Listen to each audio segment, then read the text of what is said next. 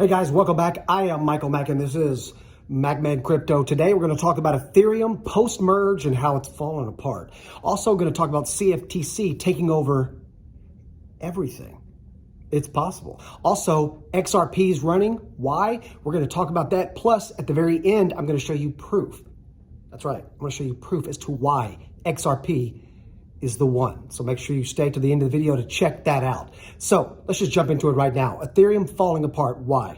A lot of people are complaining about the merge. Now, a lot of new people wanted it to be lower gas prices. Didn't happen. These developers are going to flock to it. Didn't happen. So there's a lot of issues just on the outside. Where's my money? A lot of the people have staked in Ethereum have not been able to get their money out. Now, they knew they weren't going to be able to unstake it till probably maybe 6 months after the merge was over with. And now, though, Ethereum is not quite committing to 6 months. Might be a year longer. The odds are right now that if you have money staked in Ethereum, you're not going to see it until 2024. That's unacceptable for a lot of people. Now, why is this? Because there's a lot of people in management at Ethereum that believe that everybody that has staked their stuff is rich, that they all have lots of money, and there's no need to really take it out right now. There's another problem with Ethereum that a lot of people aren't talking about, and that's control. 5 people control 60% of the nodes, based on the validators rather, in Ethereum. That's powerful. Like, that's a very, very scary but powerful situation to be in.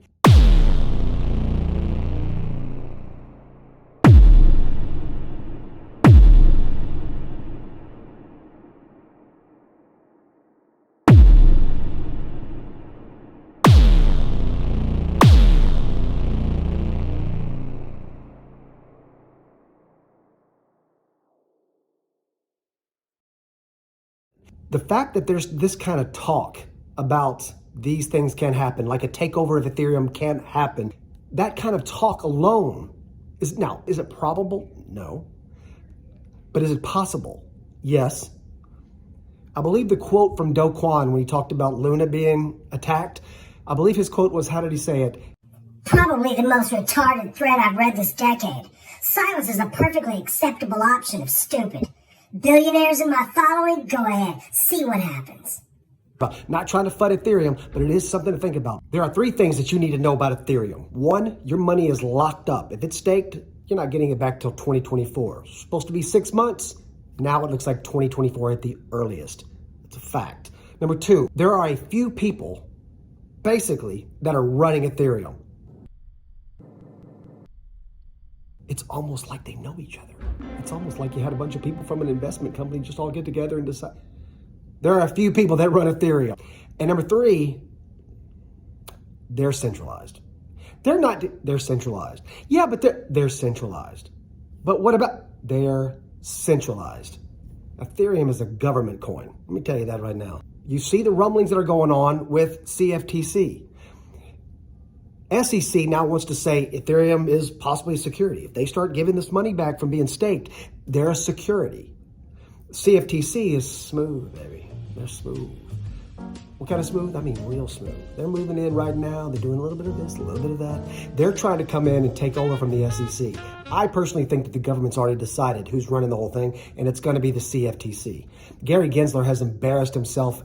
He's embarrassed the SEC worse than anybody ever before him. He is a total and complete embarrassment. He knows not what he does. I mean, think about all the people that are being prosecuted right now, who are being sanctioned and who are being, like, we're going after, we're going to investigate these people. Why? Because he's trying to entrench himself so deep that it's going to take a while to have to unravel all of these investigations, because the CFTC, they're already in. I mean, I think you know it, I know it, but they're in. Now, what makes you think that? Well, I'm going to tell you right now, that picture with Caroline Pham from CFTC meeting with Brad Garlinghouse of Ripple, that didn't help things too much for those SEC fans. I don't even know where they would possibly be. She shows up, just doing a little, coffee, a little talk, a little bit. Hey, just stopping by to see Brad. Oh, hey, Brad, how you doing? All right, good to see you. I'll call you. All right. You insulted him a little bit. You got a little out of order yourself. No, I didn't insult him. I didn't insult him. Insulted him a little bit. No, I didn't insult nobody. Give us a drink. Give us a drink. Okay. No, it was more to it than this, okay? They understand who XRP is. They know who Ripple is. They know what's going on. They understand the lawsuit. Here's why Ripple and the CFTC are probably going to come together and basically take over everything. Ethereum is the one that they pinned all their hopes on.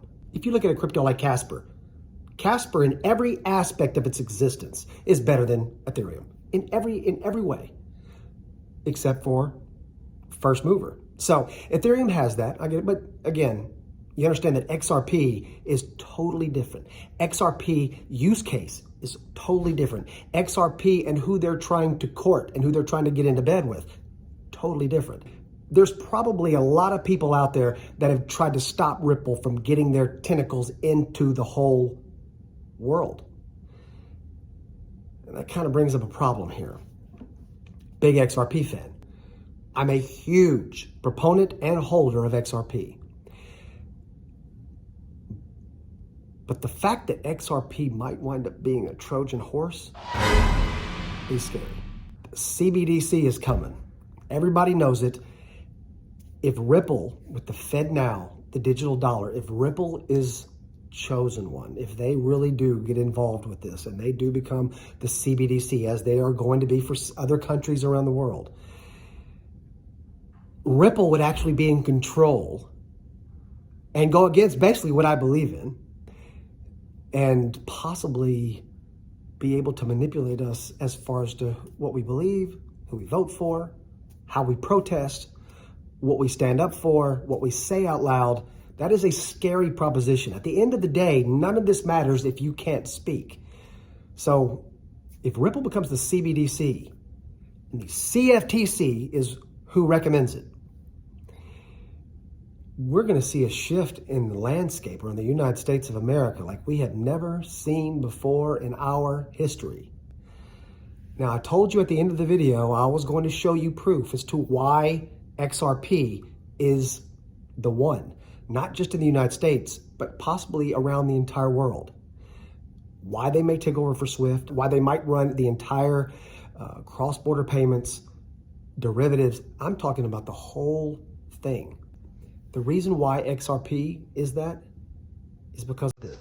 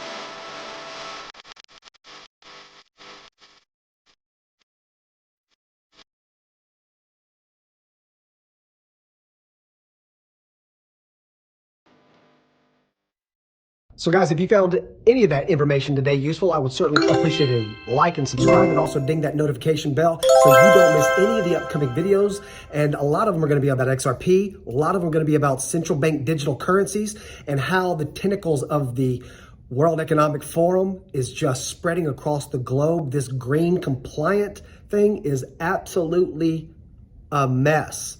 And I've got a video coming out on that, and it's probably not going to go over well with a lot of people. But that's life. So anyway, guys, thanks for coming out, and we'll see you next time.